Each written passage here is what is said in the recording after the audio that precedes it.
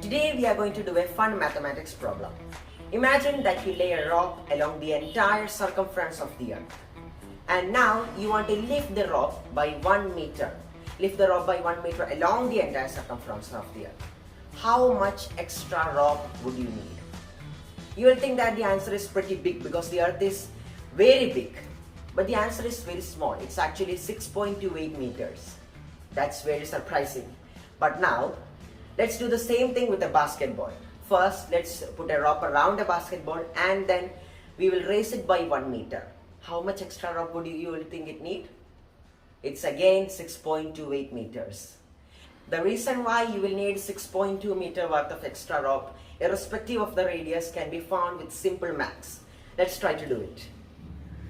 Okay, so the equation to find out about the circumference of the earth is 2 pi r, where r is the radius of the earth. Now, we need to increase the radius of the earth by 1 meter. So 2 pi into r plus 1. Now, when we subtract this one from this one, we will get the extra rope. We will get the amount of extra rope needed.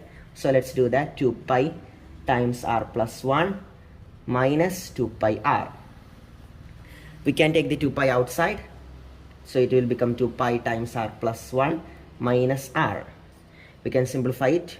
2 pi times 1, which will be equal to 2 pi. That's it. We will need 2 pi meters regardless of the radius. So if the radius is 1 meter or if the radius is 1000 kilometers, the amount of extra rope will be 2 pi. In mathematics, this problem is known as the string-girdling problem. And now you know that if you tie a rope around the entire observational universe, which is billions of light years long, and you want to lift the rope by 1 feet, you will need 6.2 feet worth of extra rope. If you want to lift the rope by 1 kilometer, you will need 6.2 kilometer worth of extra rope. But what if you do this to a shape other than a circle? Let's do this same experiment to a square. Here we have a square and here we have a rope wrapped tightly around it. And now let's lift it by 1 meter. You will notice that you will need extra rope at these 4 places. What if we move together these 4 places? You will notice that it will form a perfect circle. But what is the radius of this circle? You will notice that the radius will be again 1 meter.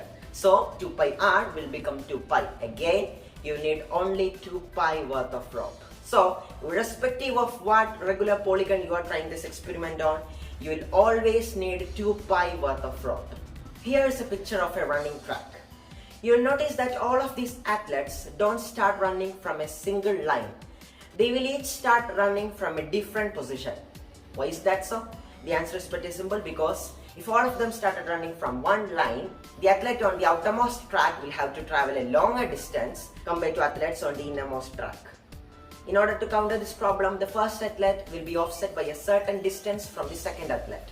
How much do you think this offset distance will be? The answer again is 6.28 times the width of the track. Why is that so? The radius of the second track will be more than that of the first track, and this difference will be equal to the width of the first track.